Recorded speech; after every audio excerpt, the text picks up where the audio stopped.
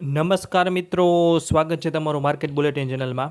Market bulletin ચેનલમાં આપણે post કરીએ છીએ શેર બજાર તથા આઈપીઓ લગતા તમામ મહત્ત્વના અને સાચા સમાચાર એ પણ આપણી ગુજરાતી ભાષામાં, જે તમને ખ્યાલ જ છે.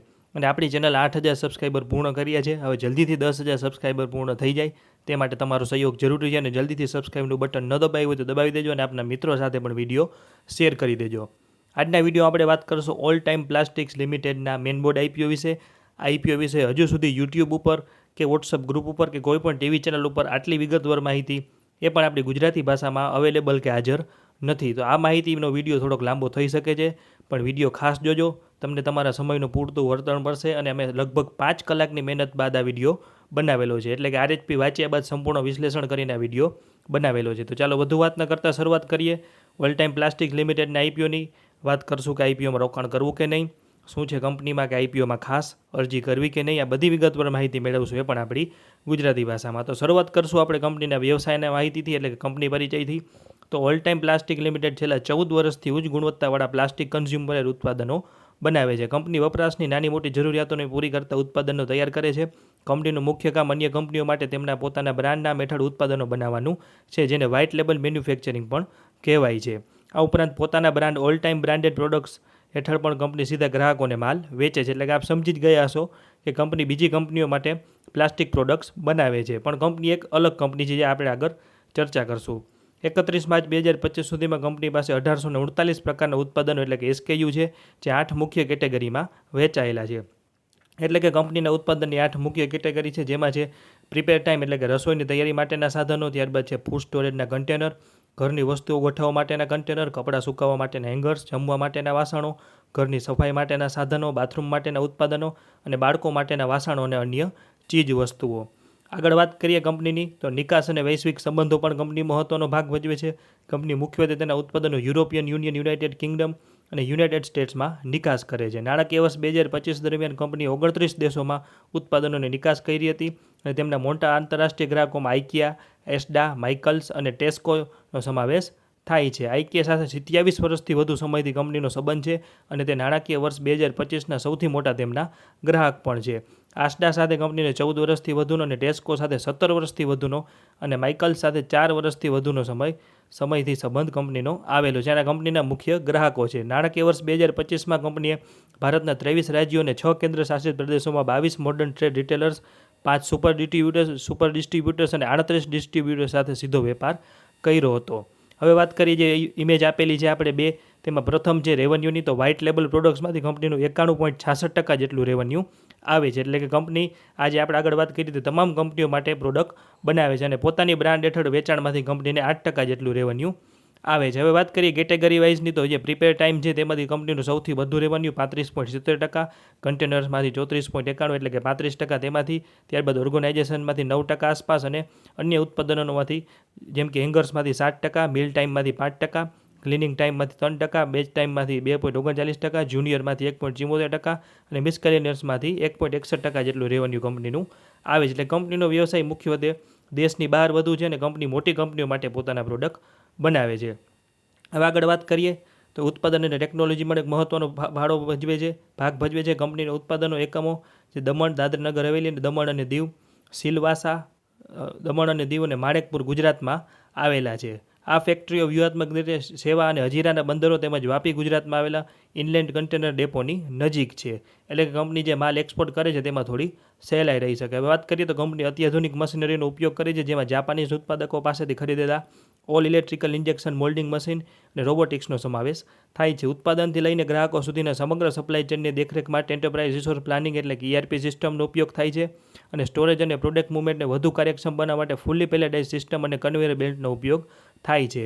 31 માર્ચ 2025 સુધીમાં ત્રણેય ફેક્ટરીઓની કુલ ઉત્પાદન ક્ષમતા વાર્ષિક 33,000 ટન હતી.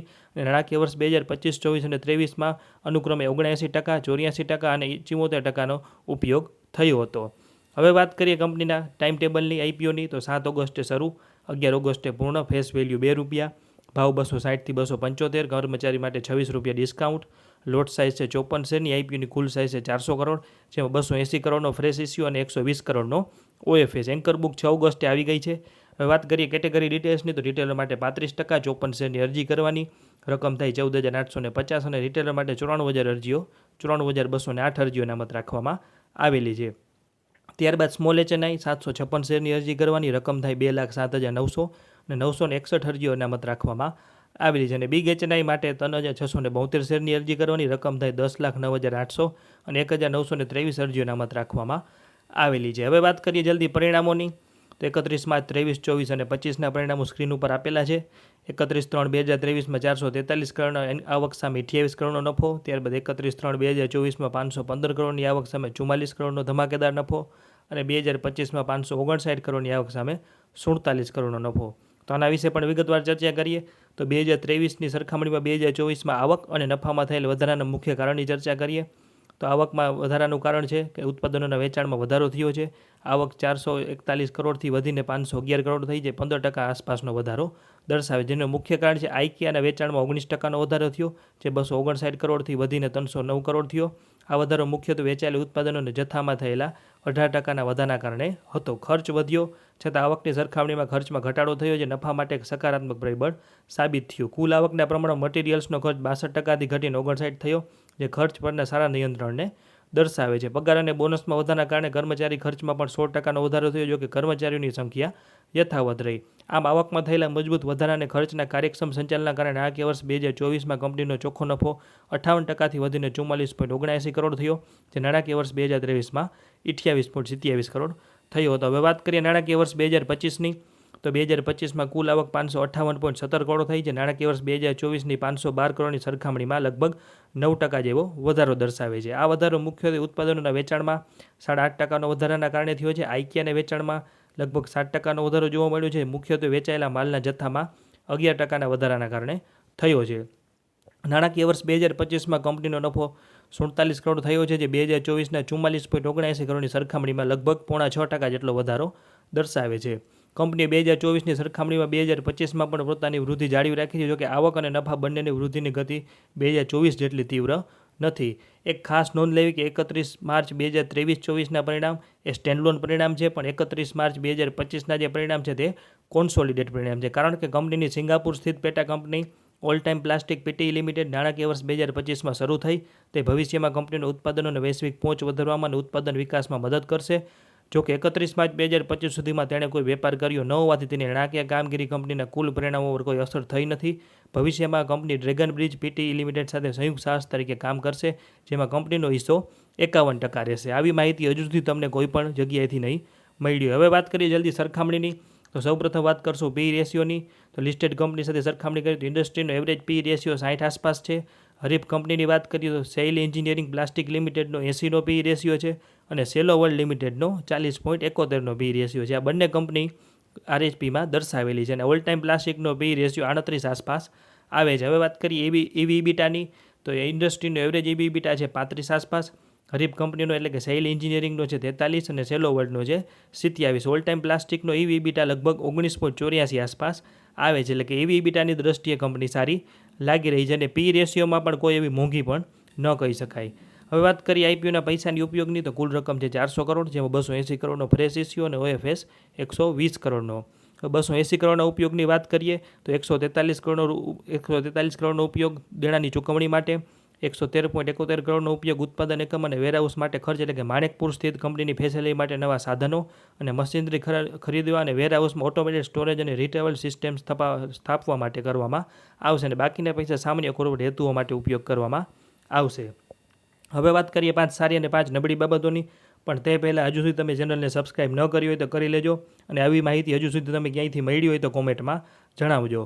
હવે વાત કરીએ 5 સારી બાબતોની, તો કંપની આઈકિયા 27 વર્ષ, ટેસ્કો 17 વર્ષ અને આસ્ડા આપણે જેમ આગળ વધી કે 14 વર્ષ અને માઇકલ્સ 4 વર્ષ જેવા વૈશ્વિક રિટેલર સાથે લાંબા ગાળાના સંબંધો ધરાવે છે. ત્યારબાદ FY25 સુધીમાં 1849 SKU સાથે 8 શ્રેણીમાં ઉત્પાદનો જેમ કે રસોડાના સાધનો, ફૂડ સ્ટોરેજ, બાથરૂમ આઇટમ્સ, હેંગર્સ વગેરે ઓફર કરે છે. 0 લેન્ડફિલ્ડ વેસ્ટ સોલાર એનર્જીનો ઉપયોગ કરે છે અને 27% રિસાયકલ રો મટીરિયલનો કંપની ઉપયોગ કરે છે. FY25માં 443 કરોડથી FY25માં 559 કરોડની આવક એ 8% CAGR અને પેટ 28 કરોડથી વધીને 47 કરોડ, જે 6% સુધીની વૃદ્ધિ દર્શાવે છે, જે નાણાકીય સ્થિરતા દર્શાવે છે. અને દમણ, સિલવાસા અને મણેકપુરમાં સુવિધાઓ છે, નાહવા સેવા અને હજીરા જેવા બંદરોની નજીક છે.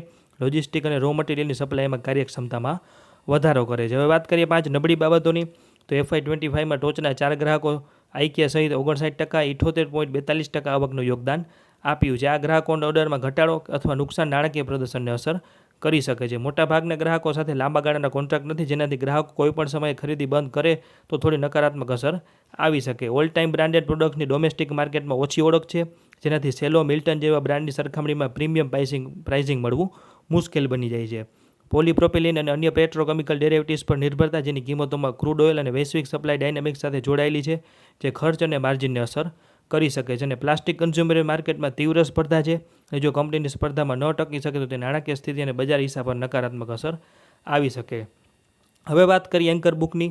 એન્કર બુકની આવી માહિતી હજુ સુધી તમને કોઈ પણ ચેનલ કે કોઈ પણ વોટ્સઅપ ગ્રુપ કે ટેલિગ્રામ ચેનલ ઉપરથી નહીં મળી હોય. ઓલ ટાઈમ પ્લાસ્ટિક લિમિટેડના આઈપીઓનું એન્કર ઇન્વેસ્ટર આવી ગયું છે. સારું અને વિશ્વાસમાં વધારો કરતા નામ કહી શકાય એવા નામ છે. 119.91 કરોડના શેરની ફાળવણી કરવામાં આવી છે, જેમાં મુખ્ય નામ છે અશોકા ઇન્ડિયા ઇક્વિટી ફંડ એટલે કે પ્રસાદ Khemkaji, abacus diversion alpha fund, Canara રોબેકો અને અન્ય મહત્વના સારા એવા નામ આવેલા છે. પણ એક મહત્વની ખાસ બાબત એ છે કે જાણીતા રોકાણકાર સુનિલ સિંઘાનિયાની આ બે મુખ્ય ફંડ, અબાકસ ડાયવર્સિફાઈડ અને Abakkus 4 to 8 opportunities all time plastic લિમિટેડમાં મોટું રોકાણ કરવામાં આવ્યું છે. આ અગાઉ જ પ્રી આઈપીઓમાં પણ આ ફંડ દ્વારા લગભગ 28,22,580 શેરનું 248 રૂપિયાના ભાવ એટલે કે લગભગ 70 ગણું રોકાણ કરેલું છે. અને એન્કર બુકમાં આ જ ફંડે 275 રૂપિયાના ભાવે 14 કરોડ રૂપિયાનું રોકાણ કરેલું છે. એટલે એન્કર બુક એક સારી કહી શકાય. હવે સૌથી મહત્ત્વની વાત કે અરજી કરવી કે નહીં, તો યોગ્ય આરએચપીનો અને કંપનીનો અભ્યાસ કર્યા બાદ અનેક સારી બાબતો સામે આવી છે, જેવી કે સતત 8% ઉપરનો પેટ માર્જિન રેશિયો, આઈપીઓના પૈસામાંથી દેણાની ચૂકવણી, માણેકપુરવાળા પ્લાન્ટમાં નવી મશીનરીની ખરીદી અને પોર્ટ નજીક આવેલી ઉત્પાદન સુવિધાઓ. પણ સામે થોડી નબળી બાબતો પણ છે, જેવી કે 4 ગ્રાહકો તરફથી લગભગ 78% જેટલું રેવન્યુ, કાચા માલના ભાવમાં વધઘટ અને આ સેક્ટરમાં તીવ્ર હરીફાઈ. આ બધા અભ્યાસના અંતે અમે અંગત રીતે આઈપીઓમાં 8% થી 10% આસપાસના સારાથી મધ્યમ લિસ્ટિંગ નફા માટે અરજી કરીશું. આપનો નિર્ણય આપની મરજી મુજબ કરવો. અમે ખોટા પણ સાબિત થઈ શકીએ છીએ, તો કોઈપણ પ્રકારના નફા કે નુકસાન માટે અમે જવાબદાર નથી.